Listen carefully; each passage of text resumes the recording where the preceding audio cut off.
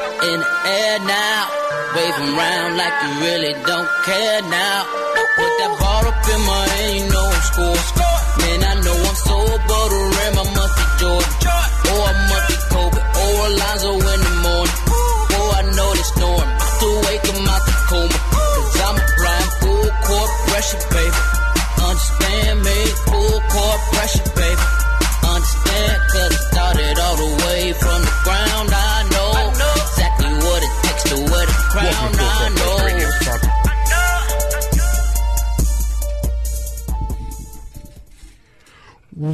Welcome to Full Court Press Radio, sponsored by Sofo LLC on Sports Talk 1080 Team. I'm your host, Dane Thompson, checking with you tonight live. This is, for the next 2 hours, we're going to talk everything NBA with some of the best writers, beat writers, bloggers, in any place you find all across the country. And as usual, I can't do the show without my dynamic duo, the pick and roll team, and the big three. In front of me, he is the editor-in-chief of FullCourtPressRadio.com and also one of the most opinionated people are going to find anywhere across the country. My main man, Paul Myers. Paul, how you doing, my friend? Yo, what's going on, man? Ready to talk March Madness, man. This is one of my favorite times of the year, so I'm pretty excited. Exactly. It's like the kickoff of basketball season. And I know this guy on the other line has been waiting since, since what, October? Since Midnight Madness? Man, it's been a while. It's been a while. But this is actually the best time of basketball. You have NBA full swing, March Madness getting in play. And then just for fans of basketball, all the high school state playoffs going on all across the country. So it's just a basketball season right now. Exactly. That voice you just heard is Mark Johnson, who is the social media manager and the NBA draft expert of NBAFCPRadio.com. Now, to check in with us tonight, it is 407-482-3776 is the number to check in tonight. And we're going to do things a little bit differently tonight. Now, normally we have a guest on the show tonight, but since it is March Madness and Mark Johnson's favorite time of year, we're going to extend college basketball a little bit longer tonight. So around 7:30 at the bottom of the hour, we're going to go for about half an hour, and we're going to break down the brackets a lot better than Charles Barkley did on Sunday, where he pretty much kind of couldn't figure out how to use a telestrator, but the good news is we don't have a telestrator here. But if you want to look at me and Paul in the studio right now, go to www.livestream.com, and in the search bar, type in Tuck and O'Neal. You get a chance to see me and Paul inside the studio. We're watching the tournament, we're watching the Magic game going on as well, too. Also, check us out on TuneInFN.com. You can hear us streaming live as well, too. So, guys, let's get into the show tonight. First and foremost, Saturday night was one of those interesting evenings in the NBA. The Oklahoma City Thunder, for 3 quarters, actually played like a championship team, and this is the team I said from the very beginning was going to be able to defeat the San Antonio Spurs and the Golden State Warriors. I looked good for 3 quarters, and then the fourth quarter happened. Well, this has happened with Oklahoma City all year. They've done it, twice now with Golden State, and then they did it with San Antonio, Cleveland. Mm-hmm. They can't finish games. For those who missed it, the Oklahoma City Thunder in the fourth quarter went from playing a team game where they were just beating down the Spurs and made them look very bad, turned into a team where it was Russell Westbrook and Kevin Durant both playing hero ball. Now, for years, people blamed Scott Brooks, and Scott Brooks caught a lot of the blame and a lot of flack for it. These guys can't get it done in the fourth quarter. Now, Billy Donovan is going through the same issues right now with this same team. At what point in time, guys, do we stop blaming the coaches and put Kevin Durant and Russell Westbrook accountable for this team not finishing games? Mark, start off with that one. No, I'm still going to blame the coach in a little bit. You have Enes Kanter on the team. He's one of the best, he's the best low post option on the team. He's actually one of the better low post options in the league. Sometimes when you have Kevin Durant, Russell Westbrook, they're superstars. We all know that. But basketball is still played inside out, no matter how good those guys are. And you still have to go in the post for touches so you can keep the other team's defense honest. Oklahoma City doesn't seem to do that. It seems like Russell Westbrook and Kevin Durant shoot or drop to the basket, and we're going to be devoid of a low post game. Golden State doesn't do that. They actually pass it inside to Draymond Green and those guys. Oklahoma City should do the same. They don't, and that's why hero ball fails in the end. Paul, what do you think about that? It's a lot of it has to do with Russell Westbrook and his efficiency in the fourth quarter. He is a monster in the first 3 quarters, and Jalen Rose did a piece on this before the game the other day. in the first 3 quarters, I want to say he's shooting 40 to 50. No, it's over 50% from 2-point range. Mid-range layups, obviously. 3-point range, I think he's shooting around 40% in the first 3 quarters. Mid-30s, which is still good. Now, in the fourth quarter, his numbers drop to 18 and 21%. Yeah. That's bad. That tells you a lot. Not only that, his turnover ratio significantly increases. He's making bad decisions. I think a lot of it is and we watch Russ, and everyone marvels at his high motor, his athleticism, the speed at which he plays.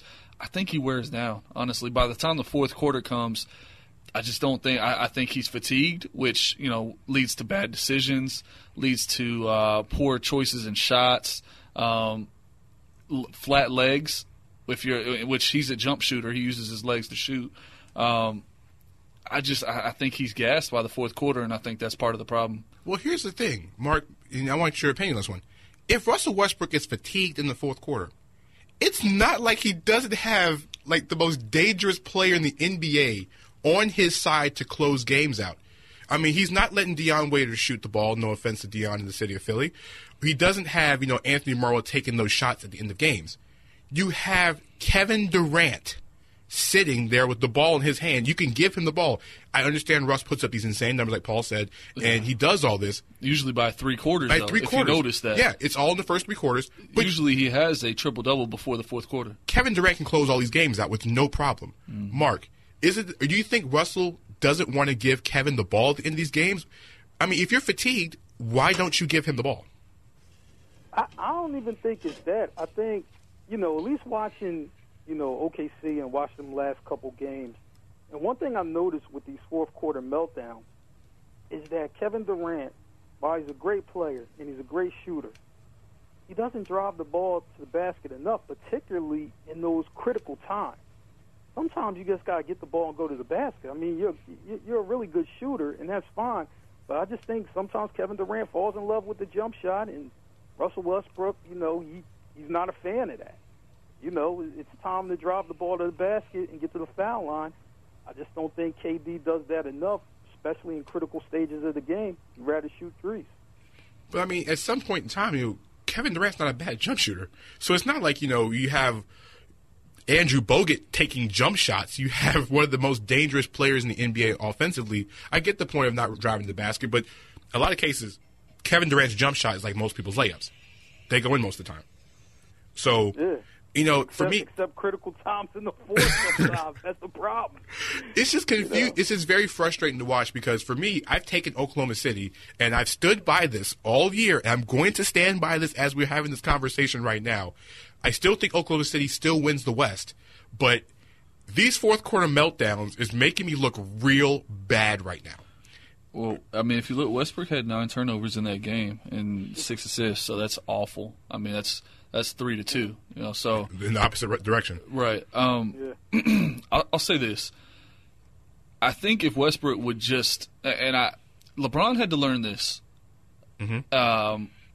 Other players have had to learn this as well. LeBron's the most recent one because there's a lot of similarities in their game as well. Okay. In the transition, both of these guys are unstoppable. So LeBron kind of coasts a little bit. He doesn't blow all of his energy, not only game by game, but during games. Mm-hmm. So you'll see him. There's times in the season LeBron kind of coasts. And I think he learned that while he was in Miami, obviously. I mean, LeBron became a better player in Miami. Let's not kid ourselves. But so he's learned how to be more efficient energy-wise on a game-by-game basis and throughout games. So first quarter, okay, defer a little bit, pick my spots. Mm-hmm. I think Russ needs to get a little better at that. He's 140% every play. Mm-hmm. And, I mean, you do that and you're done. I mean, you're going to be toast by the fourth quarter. So I think he needs to trust his teammates a little bit more in the first 3 quarters. That way, come the fourth quarter, he's not so fatigued. I really do think a lot of it is fatigue because of the way he plays. Mm-hmm.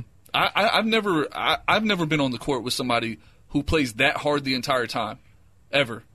for 48 minutes. Right, and yeah, I mean, let's look at the minutes this guy plays is insane. He's playing 40 minutes a game.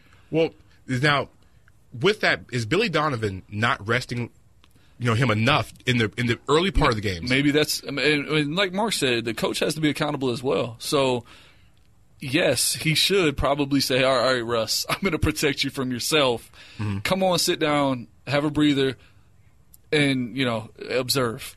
407-482-3776 is the number to check in with us tonight with me, Paul, and Mark. We want you guys to call in and let us know what you think about the Thunder and also other topics as well, too, in the NBA. But we're going to close this one little part out before the Thunder, before going into something else here.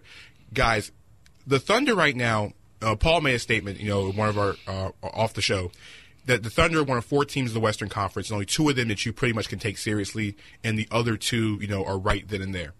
Now, I think the Thunder can do this, throughout the whole duration of the time.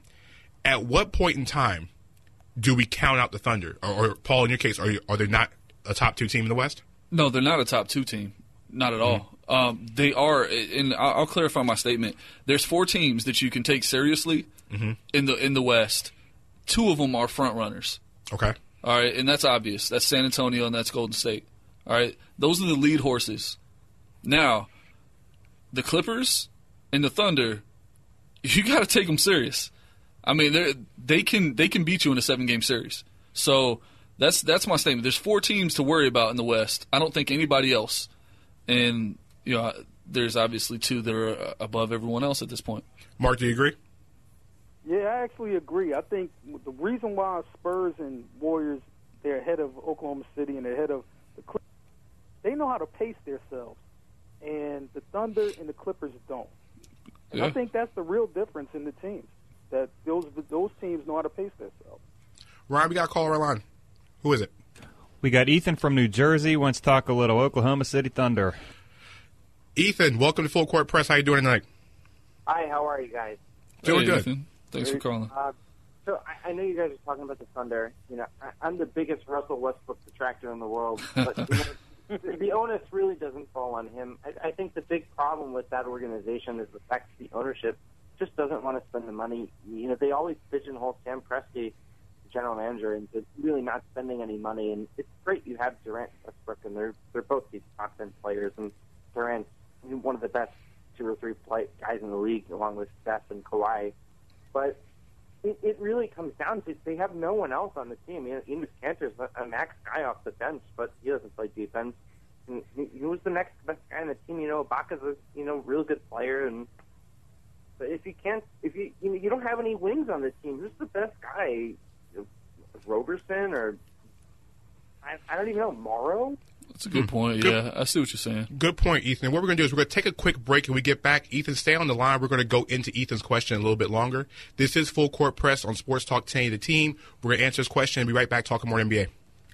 Are you looking to expand your reach and following in all platforms of media? Do you need a jumpstart in expanding your brand to all markets across the world? Sofo is here for you. Sofo means something for everyone, and they are here to help you expand your business through all platforms of media. Their experienced team is here for you to expand your brand and put you and your business in places that you would have never been before. Check them out at www.sofoellc.com or call 407-607-9862. Follow SOFOELLC on Instagram and Twitter.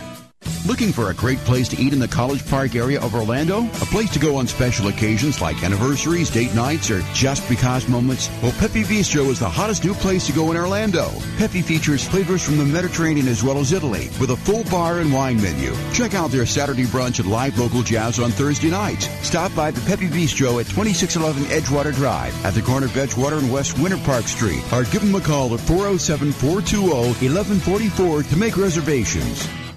Parents, do your kids like to run around the house? Do your kids have a nonstop stream of energy? Well, Preschool Sports has a program to help you and your children be able to take that talent and energy and give them an outlet to grow those skills with their brand new track and field program. From ages 2 to 11, Preschool Sports will be able to teach them as individuals and as a team. To sign up or for more information, call 407-463-2061 or check them out at preschoolsports.com. Better hurry, season starts January 10th, 2016.